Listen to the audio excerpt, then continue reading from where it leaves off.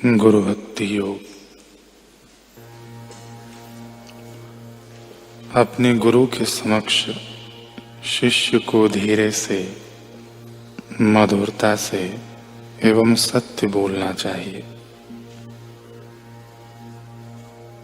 उसे कठोर एवं गलीच शब्दों का उपयोग नहीं करना चाहिए।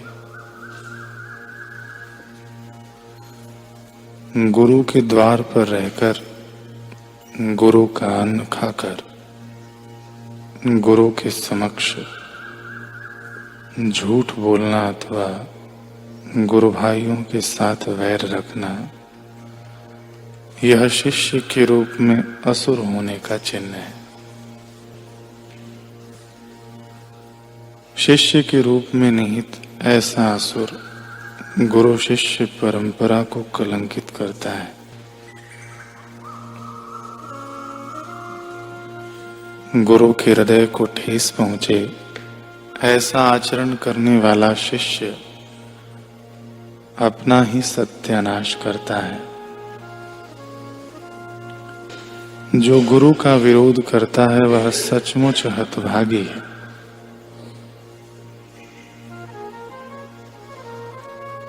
कबीरा निंदक ना मिलो, पापी मिलो हजार।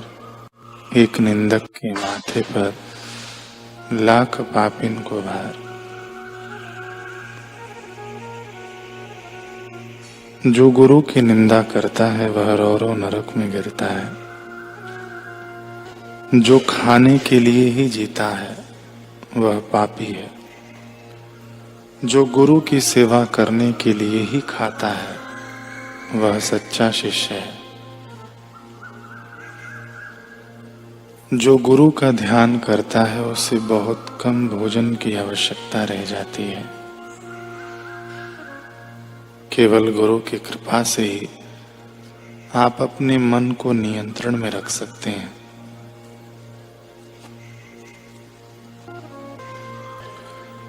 कल हमने सुना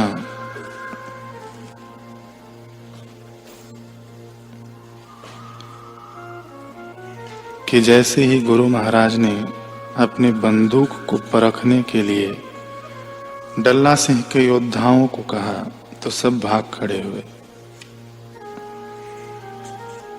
अब गुरु महाराज बंदूक को और ऊंचा उठाकर बोले, क्यों डल्ला सिंह, कहाँ गए तेरे जाबाज योद्धा? तू तो कहता था कि पीठ दिखाना तो उनके खून में ही नहीं है। वे काल को भी उंगलियों पर नचा सकते हैं, लेकिन खुद कैसा नाच कर गए, कोई एक भी नहीं निकला जो मौत का सेहरा अपने सिर बंधवा सके। पगले, ऐसी हवेलियों पर झंडे ज्यादा देर नहीं झूलते जिनकी नींवें कच्ची ईंटों से बनी हो। डल्ला सिंह ने अब भी हाथ खड़े नहीं किए, बल्कि बात घुमा फिरा कर कहना चाहा कि मेरे योद्धाओं का क्या कसूर, आपकी आज्ञा ही ऐसी है।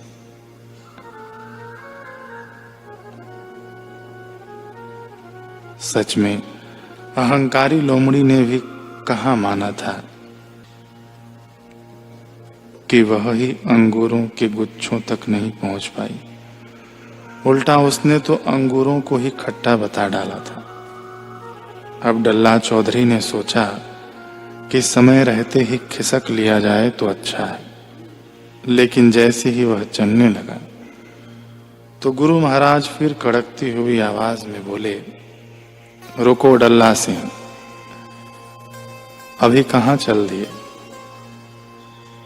वे योद्धा तो वेतन लेकर लड़ते थे, भाग गए तो हैरानी नहीं, लेकिन अभी तू तो है ना, तू तो मेरा शिष्य है, मुझसे प्रेम करने का दावा करता है, तू तो मेरा आदेश मानेगा ही। चल, तेरे योद्धा नहीं तो नहीं, तू ही खड़ा हो जा मेरे आगे। हम तेरी छाती पर ही निशाना परख लेते हैं। बेचारा डल्ला सिंह आसमान से गिरा तो खजूर में अटक गया। श्वास जहां थी वहीं की वहीं अटक गई। प्राणों को मानो सांप सूंघ गया। गले से कोई आवाज नहीं निकलती। टांगे यूं कांपने लगी कि खड़ा होना भी भारी हो गया। एक बार मन में आया कि भाग जाऊं, लेकिन भाग कर जाऊंगा कहां? दुनिया में कौन सा ऐसा स्थान है जहां पहुंचने में गुरु महाराज जी के तीर असमर्थ हैं? क्या करूं? चरणों में गिरकर जिंदगी की भीख ही मांग लेता हूं। नहीं नहीं,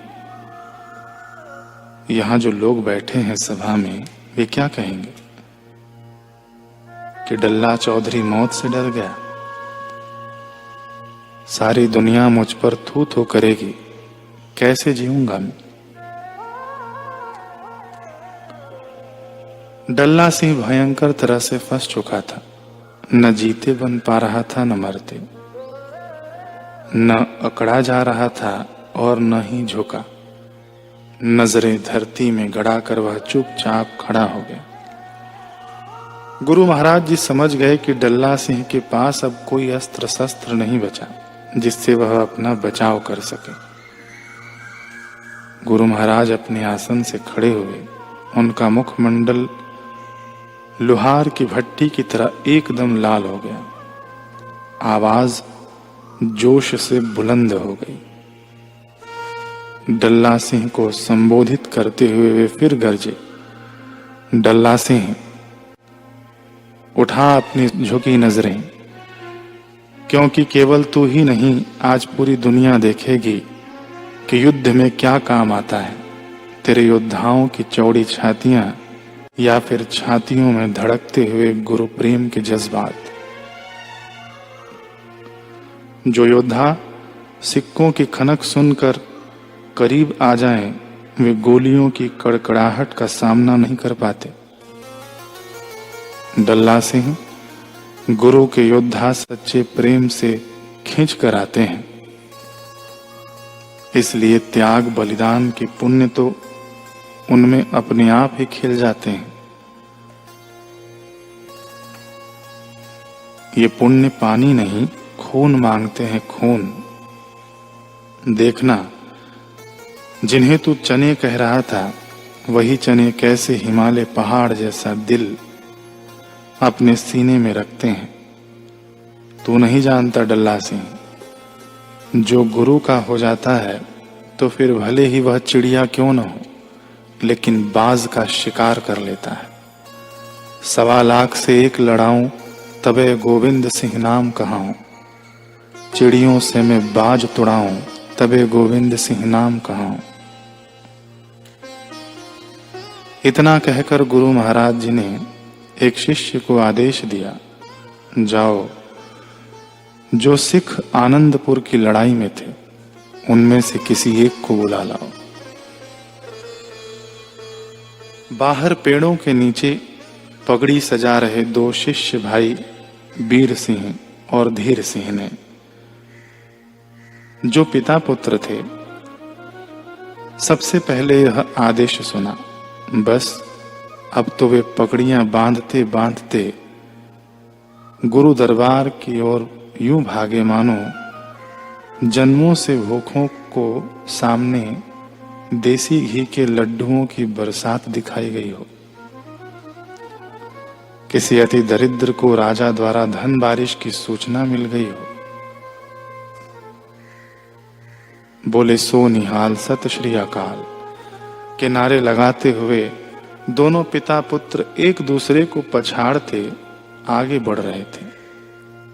लेकिन बेटा धीर सिंह युवा होने के कारण बुजुर्ग पिता वीर सिंह से पहले ही गुरु महाराज जी के सामने पहुंच गया। धीर सिंह हांफता हुआ, तेजी से श्वास भरता हुआ कहने लगा कि हे कलगीधर पातशाह, प्रणाम। महाराज, आपने बंदूक का निशाना परखने के लिए बुलाया है ना? छाती ठोकते हुए उसने कहा कि ये देखो महाराज, निमाणे दास का यह अकड़ा सीना अहंकार से बहुत फूला है ये आज तक। आज फोड़ दो गोली मारकर इस अहंकार की दीवार को। हे दया निधान सद्गुरु, मेरी जान जाने से अगर आपका मनोरथ सफल होता है तो यह सौभाग्य मुझे दो, मुझे। डल्ला यह देखकर हक्का बक्का रह गया और मन ही मन सोचने लगा, अरे कहीं ये पागल तो नहीं है।